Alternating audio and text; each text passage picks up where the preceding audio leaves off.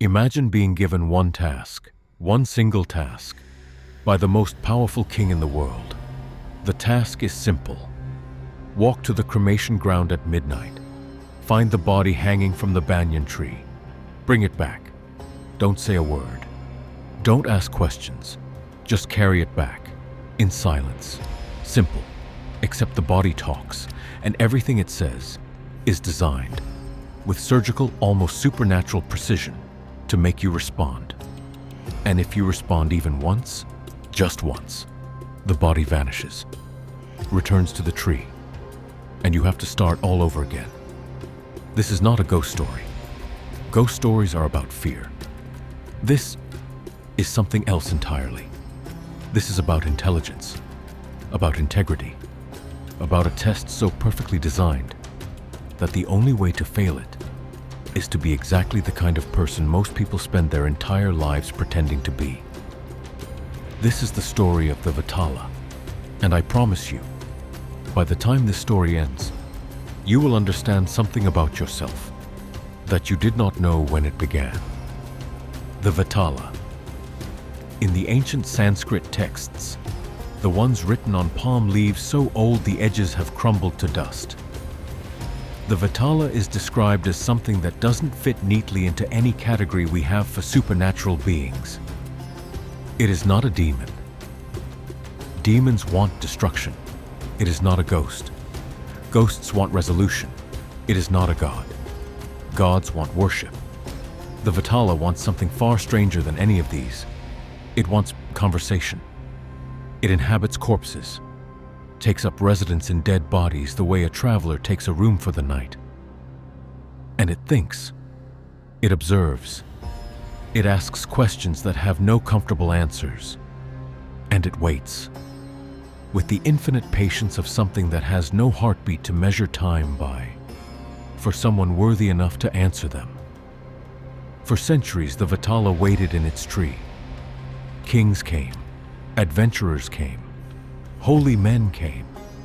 All of them failed, not because they were weak, but because they were not Vikramaditya. Before we go to the cremation ground, before we meet the king and the corpse and the terrible, beautiful trap between them, you need to understand what Ujjain was, not what it is today, what it was then. In the age this story is set, Ujjain was not merely a city, it was the axis of the known world. The prime meridian of ancient Indian astronomy ran through it. The greatest university, the greatest observatory, the greatest court of justice, all here. The Shipra River carried traders from the coasts of 3 seas. The temples rose so high that travelers saw them from 2 days' journey away and knew they were approaching civilization at its absolute peak. To be king of Ujjain was not simply to rule a kingdom. It was to sit at the center of everything humanity had ever built. And to keep it there, to hold the entire magnificent weight of it in place, required a king unlike any other. History gave Ujjain exactly that king. It gave them Vikramaditya. Vikramaditya. Even the name sounds like a verdict. Vikra, valor. Aditya, sun. The valor of the sun. The king whose justice was as consistent and as merciless as daylight. It illuminated everything equally, hid nothing, excused nothing. The legends about him are so numerous that scholars have spent careers trying to separate the historical man from the mythology that accumulated around him, like gold leaf around a statue. They have largely failed, because the mythology and the man became inseparable almost immediately, which is itself a measure of how extraordinary he was. His court, the Navaratnas, the 9 gems, was legendary. 9 minds so extraordinary that their names were still being invoked 1,000 years later. Kalidasa the poet, whose verse was so perfect that Sanskrit teachers still use it to demonstrate what language is capable of at its absolute limit. Varahamihira the astronomer, who mapped the stars with an accuracy that modern calculations have confirmed. 9 extraordinary minds, serving one extraordinary king. This was the man the Vetala chose, not by accident, never by accident. He arrived without announcement. That was the first strange thing. In a court like Vikramaditya's, where every visitor was vetted, every petitioner registered, every gift examined for poison, an unannounced arrival was not merely unusual, it was impossible. And yet there he was one morning, standing in the outer courtyard, as if he had always been there, as if the guards had simply forgotten to see him arrive. He was old, the kind of old that is more geological than human, the age of riverbeds, of tree roots, of things that have simply been present for so long that the landscape has grown around them. His hair was matted and gray, piled into a rough topknot. His body was lean to the point of severity, the leanness of a man who has burned away everything that was not essential, leaving only what was absolutely necessary. And his eyes were completely unnervingly calm. The eyes of someone who has no agenda, or who has an agenda so perfectly concealed that it achieves the same appearance as having none at all. He offered the king a single fruit, round, perfect, the deep orange gold of late afternoon light. He said nothing. The next morning, the ascetic returned. Another fruit, the morning after, another. Every morning, for 10 years. The same fruit, the same silence, the same eyes that revealed absolutely nothing. And then, on the 3,653rd morning, the fruit fell. It fell from the ascetic's hands onto the palace floor and split open. Inside it was a jewel. Not a jewel in the way that word is usually used. Something different. Something that the king's treasurer, a man who had spent 40 years handling the finest stones from every mine on the subcontinent, had never seen before. He wept when he looked at it. Later, when asked why, he said he could not explain it. He said it was like looking at the idea of a jewel, rather than an actual jewel. And then, in a cascade that seemed to defy the laws of how things happen, every fruit that had ever been given fell simultaneously from the shelves where they had been stored. 3,653 fruits.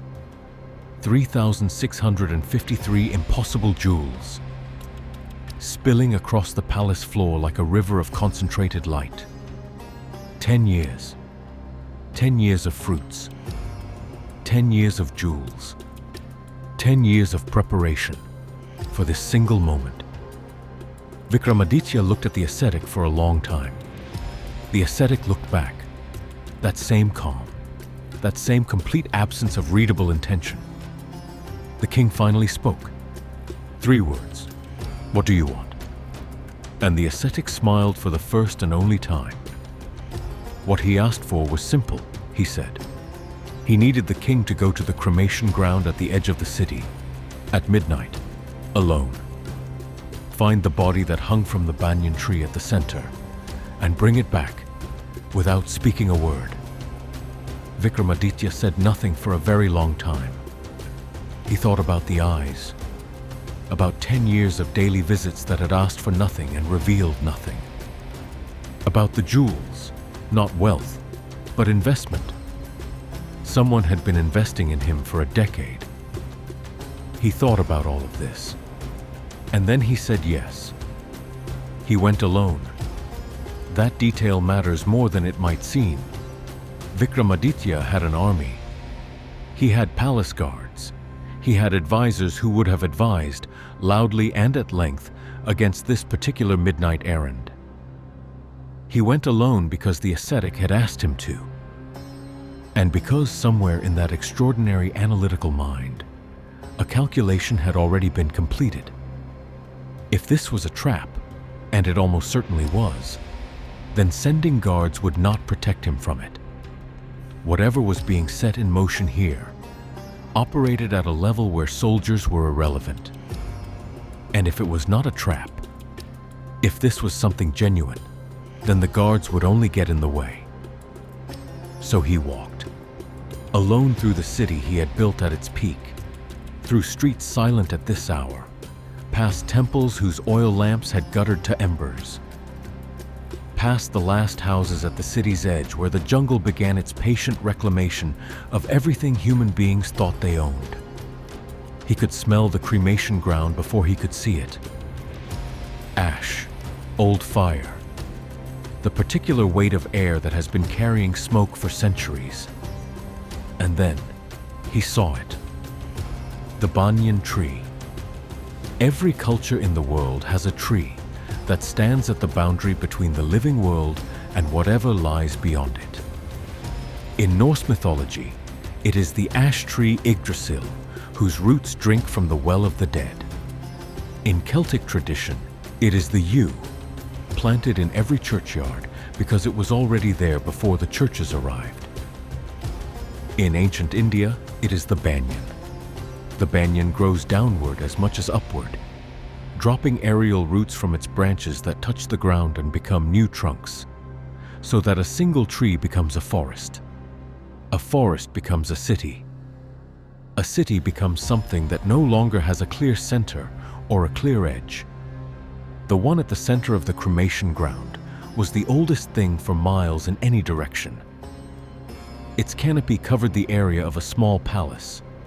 Its roots had broken through stone, redirected streams, outlasted dynasties. And hanging from its highest branch, upside down, suspended by the ankles, arms dangling, hair loose, was a body. Vikramaditya stood at the base of the tree and looked up for a long time. He was not afraid. Fear was not the emotion. The emotion was something more precise than fear. The particular awareness of a man who has just confirmed a suspicion he would have preferred to be wrong about. He climbed. He cut the body down. He hoisted it onto his back. He turned to walk back to the palace, and the body spoke, not a groan, not a death rattle. It spoke clearly, intelligently, in perfectly structured Sanskrit. It said, "The night is long, great king. Let me tell you a story, to pass the time." Vikramaditya stopped walking. The body on his back was still draped across his shoulder exactly as he had placed it, face down, arms hanging, hair cascading. But from somewhere within it, or perhaps from everywhere within it simultaneously, a voice was speaking. Calm, measured, almost amused. Not the voice of something that was suffering or confused or angry. The voice of something that had been waiting for exactly this moment, for a very long time. The Vetala, this ancient spirit inhabiting the body, was not trying to escape. It was not trying to possess him. It was not trying to kill him. It wanted a conversation. Specifically, it wanted to tell stories. And at the end of each story, it would ask a question, a moral question, a philosophical puzzle, something with no easy answer and at least two defensible answers, and no way to know which was correct without revealing exactly who you were. And here was the trap. If Vikramaditya knew the answer and stayed silent, his head would shatter into 1,000 pieces. If he answered, the Vetala would vanish, return to the tree, and the king would have to start the entire journey again. Think about what this means. The Vetala had constructed a perfect prison for the greatest mind in the world. Answer correctly, and you lose. Stay silent when you know, and you die. The only escape was to not know the answer. And Vikramaditya knew every answer, every single one. For 24 stories, 24 nights, this played out. The king walking through the cremation ground with the body on his back. The Vetala's voice unspooling a story, always vivid, always precisely constructed. always ending at the exact moment of maximum moral complexity. The question. The answer Vikramaditya could not withhold, because to withhold it, knowing it would be to lie, and lying was the one thing in the world this king was constitutionally incapable of doing. The vanishing, the body back in the tree, the king climbing again, 24 times. And here is what is extraordinary about those 24 nights, something most tellings of this story skip over entirely. The stories the Vetala told were not random. Each one was a surgical instrument designed to probe a specific corner of human moral reasoning. A warrior who sacrificed himself to save a village that then forgot him. Was the sacrifice meaningful? A mother who lied to protect her child from a truth that would destroy him. Was the lie justified?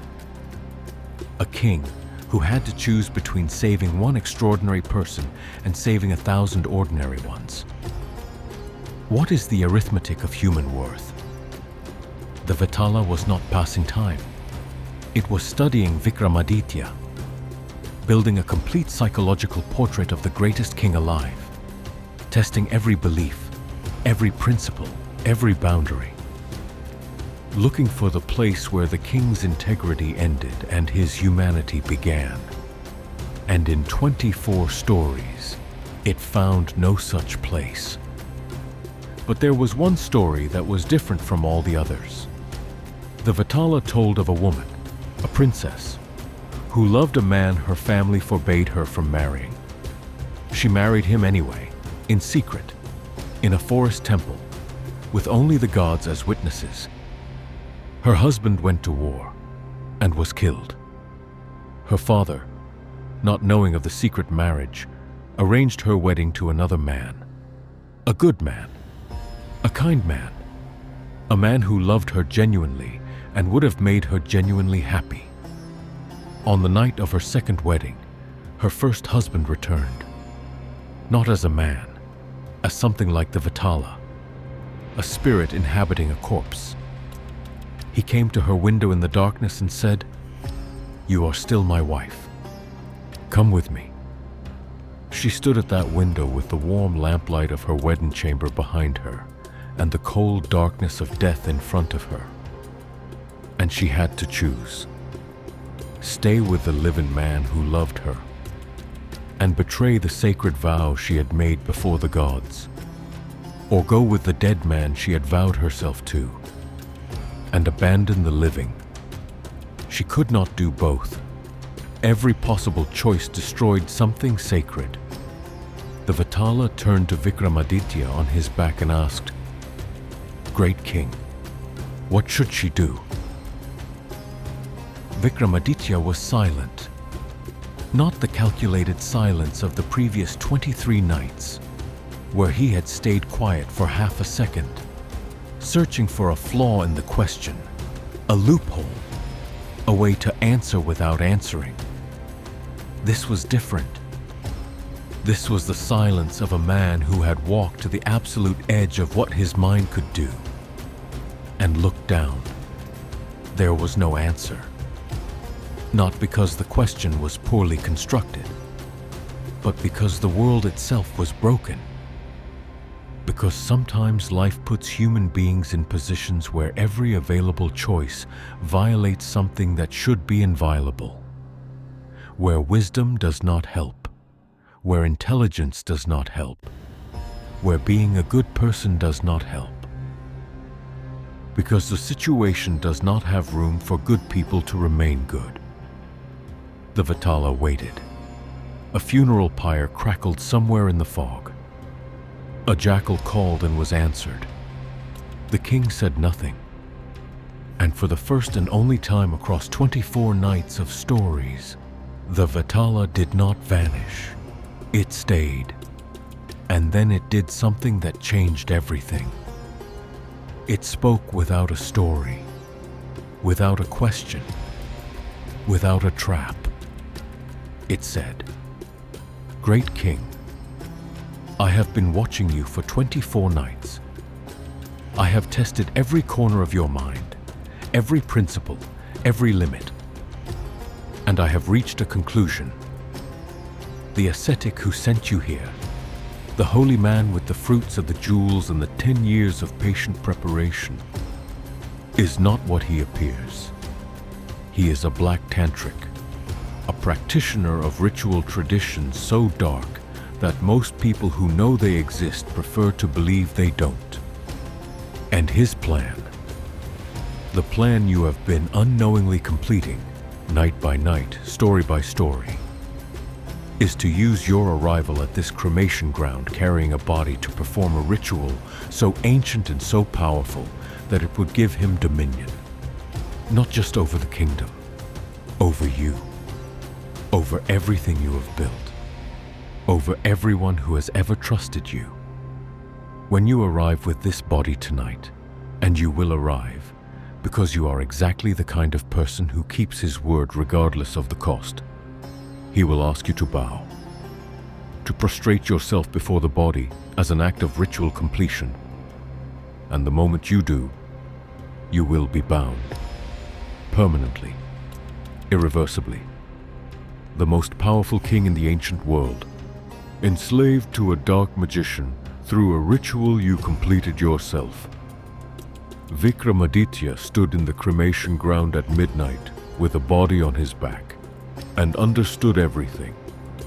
The 24 stories, the 24 questions, the 24 vanishings. None of it was a trap. All of it was a test. The Vetala had spent 24 nights not tormenting the king, protecting him, making absolutely certain that the man carrying it was wise enough, just enough, strong enough to be warned, that the warning would not be wasted on someone who would panic, or someone who would doubt it, or someone who would use the knowledge for their own advantage rather than for justice. It had been choosing whether Vikramaditya deserved to be saved, and now it had its answer. The Vetala continued, there is only one way to prevent what the ascetic has planned. When he asks you to bow before the body, do not bow. Instead, ask him to demonstrate the ritual first. Tell him you have never performed it and need to see it done correctly. His arrogance will do the rest. He has waited 10 years for this moment. He will not suspect the trap within the trap. One final instruction. When it is done, when the ritual is broken and its architect is gone, the body you have been carrying will be free, and I will be free, and we will not meet again. Unless you are the one who starts asking questions that have no answers, in which case, I will find you. Vikramaditya arrived at the spot where the ascetic was waiting. The ritual was prepared. Flowers and ash and fire and the intricate sacred geometry of a mandala drawn on the cremation ground floor with white ash. Every line precise, every angle intentional. 10 years of knowledge condensed into a diagram that pulsed with cold, unnatural light. The ascetic's eyes lit up when he saw the king approach with the body. 10 years. 10 years of daily fruit. 10 years of patience. 10 years of waiting for this exact silhouette against this exact sky. He said, "You have done it, great king. Now kneel, complete the ritual, bow before the body, and all that I have promised you will be yours." Vikramaditya looked at him and said very quietly, "Show me how. I have never performed this ritual before. Demonstrate the bow yourself first, so I know I do it correctly." The ascetic, drunk on the proximity of his victory, 10 years of hunger about to be satisfied, not a single nerve in his body alive to danger, did not hesitate. He knelt. He bowed his head toward the ground, and Vikramaditya took the ritual blade from his side and ended it. In the silence that followed, something changed in the air. The mandala's cold light flickered and died. The body Vikramaditya had carried for 24 nights lay still on the cremation ground floor, truly still now, finally still. And above it a pale, luminous mist began to rise. Not threatening, not cold, simply leaving. The Vetala, freed at last from its borrowed form, stood in the way that things without bodies stand, present without being visible, real without being tangible. And it spoke one final time. It said, "I will give you a gift, great king. Not because you are powerful, not because you are wise, but because when you carried me through 24 nights of impossible questions, you never once lied. You never once gave an answer you did not believe. And when the question had no answer, you had the courage to be silent rather than speak falsely. That is rarer than wisdom. That is integrity. Ask me for anything." Vikramaditya thought for a long moment. He did not ask for power. He did not ask for immortality. He did not ask for wealth. He already had more wealth than any reasonable person could spend in 3 lifetimes, and he had never once confused wealth with the things that actually mattered. He asked for the 24 stories to be remembered, written down, preserved, so that every person who came after him could sit with those impossible questions, could wrestle with them, could find in them whatever wisdom they were capable of finding. The Vetala agreed, and then it was gone. The Baital Pachisi, the 25 Tales of the Vetala, one of the oldest story collections in human history. It predates 1001 Nights by centuries. It predates Boccaccio's Decameron by almost 1,000 years. Some scholars believe it influenced both, that the frame structure of a narrator compelled to keep telling stories traveled west along trade routes and took root in Persian literature and then in Italian literature and then in the storytelling traditions of every culture that came after. The DNA of a cremation ground conversation in the bones of world literature. Think about that. Every time you have read a book where the narrator is trapped, every time a story begins with someone compelled to speak, every time you have felt the particular tension of a story that might end before it is finished, you are feeling an echo of this, of a king in a cremation ground, of a corpse that would not stay silent, of 24 nights of impossible questions answered with complete honesty. But here is what I want to leave you with, because this is the detail that has stayed with me since I first encountered this story. The Vetala did not choose Vikramaditya because he was the most powerful king. It did not choose him because he was the most famous. It chose him because it had watched enough of humanity, across enough centuries, in enough bodies, in enough cremation grounds, in enough cities, in enough ages, to understand one thing with complete clarity. Wisdom without integrity is just cleverness, and cleverness can be corrupted. It needed someone who could not be corrupted, not someone who was too strong to be tempted, someone who was too honest to pretend that the temptation wasn't there, and too principled to give in to it anyway. That is a vanishingly rare thing, in any age, in any culture, in any cremation ground at midnight. So here is the question the Vetala would ask you, if you were the one carrying it tonight. If you could save someone you loved, but the cost was a lie that hurt no one, would you lie? Think about it. Be careful. Because if you know the answer, you have to say it. And if you say it, I vanish. And we start again.